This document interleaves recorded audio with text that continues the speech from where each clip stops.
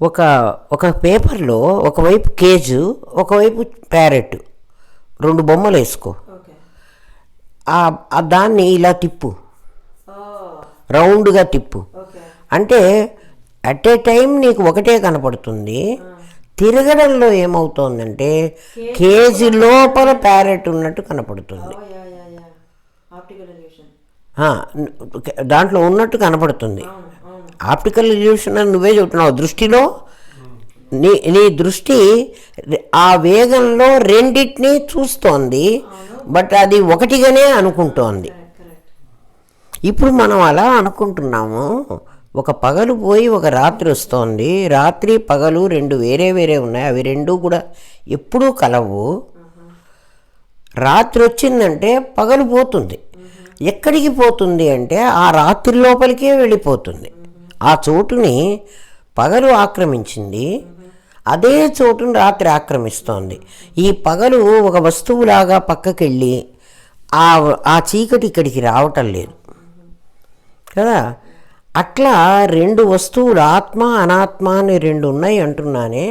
నీ దృష్టి ఎప్పుడూ ఒకదాన్ని చూస్తోంది, కానీ అవి రెండింటినీ చూస్తున్నట్టు అనుకుంటోంది. నువ్వు ఆలోచించు. నీ నామరూప క్రియల్లో చెప్పా కదా, నీ ఆలోచనలు నీకు కనపడుతున్నాయి కదా. నీ ఆలోచన నీకు కనపడుతుంది. నువ్వు బ్రహ్మవి అని చెప్తున్నా, నీకు మధ్యలో ఉన్నది బ్రహ్మము అని చెప్పాను. అంటే ఒక ఆలోచనకి మరొక ఆలోచనకి మధ్యనున్నది పరమాత్మేను. నీకు ఆలోచన కనపడుతోందంటే నీకు ఆ బ్రహ్మము తెలియాలి. తెలిస్తేనే తర్వాత ఈ ఆలోచన ఇక్కడికి అయిపోయింది, ఇంకొక ఆలోచన వచ్చింది, మధ్యలో నువ్వు బ్రహ్మం ఉన్నావు. ఇది నువ్వు పాఠంలో విన్నావు. నువ్వు ఆలోచన చూసినప్పుడు ఆలోచన కనపడుతున్నది నీకు. ఆ కనపడేటప్పుడు బ్రహ్మ కనపడదు. అది అయిపోయిన తర్వాత ఇప్పుడు బ్రహ్మాన్ని చూస్తున్నప్పుడు ఆలోచన కనపడదు కదా. నీకు దానికి ఉదాహరణ ఎట్లా చెప్తారంటే, నువ్వు కదలకుండా ఉన్నప్పుడే నీకు తెలిసేది. నువ్వు చలనం అయితే అది తెలియదు. నీవు అంటే ఇప్పుడు అహంతో ఉన్న నీవు. నేను ఒక రైల్లో కూర్చున్నాను, నా పక్క ఇంకొక రైలు పోతోంది. నా రైలు ఆగి ఉంటే పక్కన పోయే రైలు ఎన్ని పెట్టెలు, ఒక పెట్టె పోయింది ఖాళీ వచ్చింది, మళ్ళీ ఒక పెట్టె పోయింది ఖాళీ వచ్చింది, నేను అన్ని పెట్టెలు లెక్క పెట్టగలను. నా రైలు కదులుతూ ఆ రైలు కదులుతోందనుకో, నేను లెక్క పెట్టలేను, నేను చూడలేను అసలు. ఎందుకంటే అది స్పీడ్గా పోయింది, నేను స్పీడ్గా ఇప్పుడు నీ ఆలోచనలని నీవు లెక్క చూడగలుగుతున్నావంటే నువ్వు స్టేబుల్గా ఉన్నావు, స్థితిలో ఉన్నావు. ఎంత వాళ్ళు మైన్యూట్ అబ్జర్వేషనో చూడమ్మా, వాళ్ళు ఎంత చూశారో. ఋషులు చాలా గొప్పవాళ్ళు. అందుకని ఒక ఆలోచనని నువ్వు చూస్తున్నప్పుడు ఆ మధ్యలో ఉన్నటువంటి పరమాత్మని నువ్వు చూడలేవు. నువ్వు పరమాత్మను చూడడం అంటే నీకు ఆలోచన అనుభవించటానికి ఆలోచనే రాదు. నువ్వు అది చూస్తున్నప్పుడు నీకు అది కనిపించదు. అట్లా నామరూపాలను చూస్తున్నప్పుడు, ఒక మనిషి రూపాన్ని చూస్తున్నప్పుడు దీనిలో బ్రహ్మమున్నాడు అని నువ్వు అనుకోవడానికి లేదు. నేనే ఉన్నాను అని, నేనే ఉన్నాను అనుకున్నావో ఇది కనపడదు. రెండు ఉన్నాయి అంటున్నాను, ఏకకాలంలో ఒకటే ఉంది. ఎందుకుంది? నువ్వు మళ్ళీ ప్రశ్న వేసుకోవాలి. ఎందుకుందంటే నాకు ఒక వస్తువు కనపడుతోంది అంటే ఆ వస్తువు ఆకారాన్ని నేను పొంది ఉండాలి కదా. బుద్ధి తదాకారం పొందినప్పుడే కదా నీకు వస్తువు కనపడుతోంది, లేకపోతే కనపడదు కదా.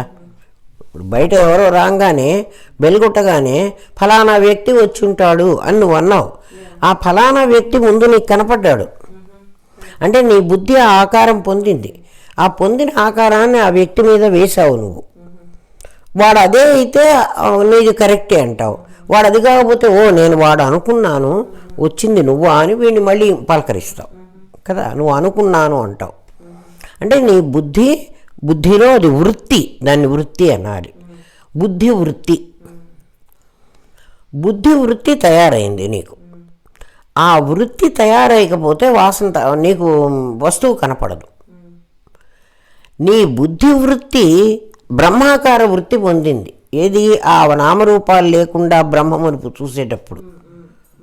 అందుకని నీకు అక్కడ బ్రహ్మమే కనపడుతుంది. అర్థమవుతుందా నీకు? అంటే నువ్వు నామరూపాలను ఎట్లా నీ బుద్ధి పొందిందో అక్కడ బ్రహ్మాకార వృత్తి పొందింది. అంటే బుద్ధికి అన్ని శక్తులు ఉన్నాయి, బ్రహ్మాకార వృత్తి పొందలేదని చెప్పారు కదా ఇంతకుముందు.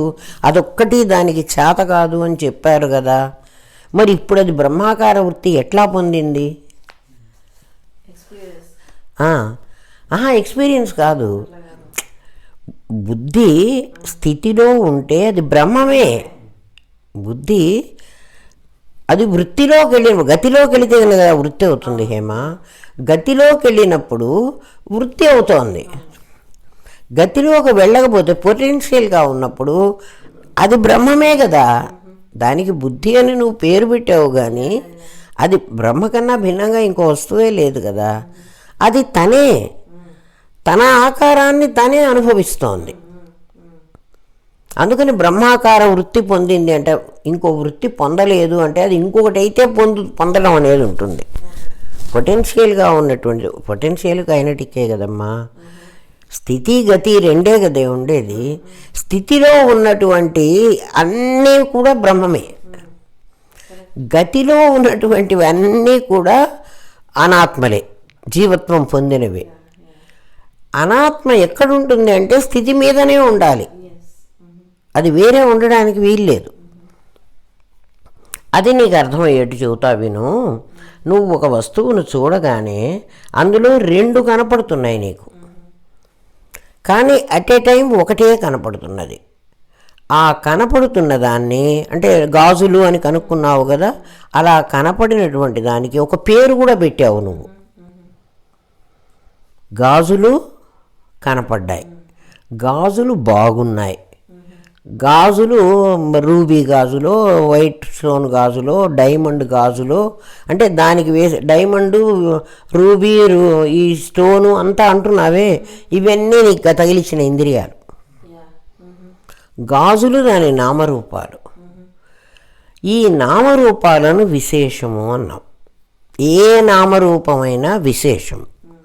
విశేషం ఉండాలంటే ఒక వస్తువు ఉండాలి. వస్తువే విశేషం. వస్తువు అసలు ప్రధానం, అది అధిష్టానం. అది ఉంటేనే విశేషం వస్తుంది. వస్తువు విశేషము అని సామాన్యం అని పెట్టాలి వస్తువుకు పేరు. సామాన్యం అంటే దాని అర్థాలు ఇప్పుడు చెప్తా. సామాన్యము విశేషము అని రెండు ఉన్నాయి, చీకటి పగల్లాగా. అవి రెండూ నువ్వు చూస్తున్నావు, కానీ నీకు రెండుగా కనపడవు. నువ్వు ఏకకాలంలో నీకు ఒకటే కనపడుతుంది. మనందరి దృష్టి కూడా నామరూప దృష్టి. ఎందుకంటే నువ్వు అహంతో చేరి, ఇంద్రియాలతో చేరి నువ్వు అహమైనావు, అంటే నువ్వు విశేషమైనావు. నువ్వు విశేషం కాబట్టి నకిలీనేను కదా. నకిలీ ఎప్పుడూ విశేషం, అది గుర్తుపెట్టుకోండి బాగా.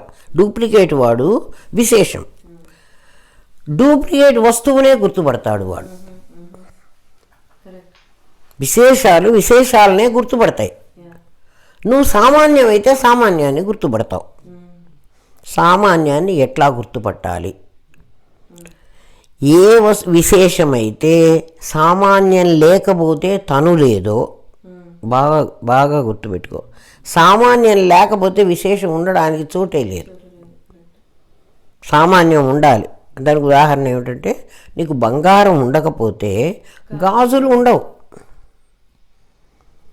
గాజులు కరగబెడితే గాజులు పోతాయి కానీ బంగారం పోదు. ఇప్పుడు బంగారము గాజులు రెండు ఉన్నాయి. బంగారం అధిష్టానం సామాన్యం, గాజులు విశేషం. నువ్వు గాజుల్ని చూస్తున్నంతసేపు నీకు బంగారం దృష్టి లేదు, గాజులే చూసావు. అంటే బాగా ఆలోచించి, గాజు కాదు ఇది బంగారం గాజేనా అని అన్నప్పుడు బంగారం దృష్టే ఉంది కానీ గాజు దృష్టి లేదు. గాజు దృష్టి లేదు. అది ఎందుకు నాకు అట్లా ఉందంటే, నీకు గాజు అనేటప్పటికీ గాజు రూపం పొందింది నీ బుద్ధి. బంగారం అనేటప్పటికీ గాజును వదిలేసి బంగారం రూపం పొందింది. బంగారం సామాన్యం, గాజు విశేషం. నిజంగా అయితే రెండు విశేషాలే. మనకు ఆత్మ గురించి మాట్లాడుకునేటప్పుడు ఉదాహరణలోనే నీకు బంగారం సామాన్యం, గాజు విశేషం. అట్లా మట్టి సామాన్యం, కుండ విశేషం. మట్టి సామాన్యం, కుండ, బాణ, చట్టి, మూకుడు. అట్లాగే బంగారంలో గాజులు, కమ్మలు, కాసుల పేరు, దండ, గొలుసు అన్నీ విశేషాలు. విశేషానికి ఒక పేరు ఉంటుంది. విశేషానికి ఒక పేరు ఉంటుంది, ఒక ఉపయోగం ఉంటుంది, ఒక ప్లేస్ ఉంటుంది. ఎట్లా అంటే గాజు అనేటప్పటికీ అది చేతికే వేసుకోవాలి, మెడకేసుకోలేను. గొలుసు అనేటప్పటికీ మెడకే వేసుకోవాలి. ఉంగరం అనేటప్పటికీ వేలుకే పెట్టుకోవాలి. ఉంగరం గాజుకు లాగా పెట్టుకోలేను, గాజును ఉంగరంలాగా పెట్టుకోలేను కదా. గొలుసును కమ్మలాగా పెట్టుకోలేను, కమ్మని గొలుసులాగా వేసుకోలేను. అంటే విశేషాలు పరిమితము, దేనికి అదే ఉపయోగము, ఇంకో ఉపయోగానికి పనికిరావు. అర్థమవుతుందా? ఇది బాగా అర్థమైతే ఆత్మ గురించి అర్థమవుతుంది కదా. అవి మారుతూ ఉంటాయి. ఇప్పుడు విశేషానికి ఉంచేది అంటే మారుతాయి. మారడం అంటే ఏమిటి? గాజు కరగబెట్టి కమ్మ చేయొచ్చు, కమ్మ కరగబెట్టి ముక్కుపుడక చేయొచ్చు. అంటే బంగారంగా అవి ఉంటాయి, ఆ వస్తువుగా పోతాయి. వాటికి అది ఇది కాదు, ఇది అది కాదు. ఇది అది కాదు. గాజు కమ్మ కాదు, కమ్మ గాజు కాదు. బంగారం అది ఇది ఒకటే. అన్నిట్లో ఉండేది బంగారం. బంగారం కమ్మలో ఉంది, గాజులో ఉంది, గొలుసులో ఉంది. గొలుసు కమ్మలో లేదు, గాజు ఉంగరంలో లేదు. అంటే అది అక్కడికి తెగిపోతోంది. నీకు ఒక వస్తువు ఇక్కడ గాజు ఇక్కడ స్టార్ట్ అయింది, ఇక్కడికి అయిపోయింది. దానికి ఒక పరిమితం ఉంది కదా. అది అంతటా వ్యాప్తి చెందడానికి వీల్లేదు. ఇప్పుడు నీ దగ్గరికి వస్తే గాజు బంగారం నీకు అర్థమైంది కదా. నువ్వు బంగారాన్ని చూస్తున్న ఎవరైనా గాజు చాలా బాగుంది అంటే అది గోల్డ్ కాదమ్మా, 1 గ్రామ్ గోల్డ్ అని ఎవరో చెప్పారనుకో, వెంటనే ఇప్పుడు నీ దృష్టి బంగారం మీదకి వెళుతుంది. ఆ 1 గ్రామ్ దాన్ని వదిలేసి ఆ గాజుని, ఆ గోల్డ్ నిజంగా అది ఎలాంటిది. ఇప్పుడు నీకు బంగారం దృష్టి వచ్చింది కదా. నీ బుద్ధిలో బంగారమే ఉంది, ఇది బంగారంలాగే ఉందే అని అంటావు. అప్పుడు నువ్వు గాజును చూడటంలే, నువ్వు గమనించు, బంగారాన్నే చూస్తున్నావు. అంటే సామాన్యాన్ని చూసేటప్పుడు విశేషాలు నువ్వు చూడవు, విశేషాన్ని చూసేటప్పుడు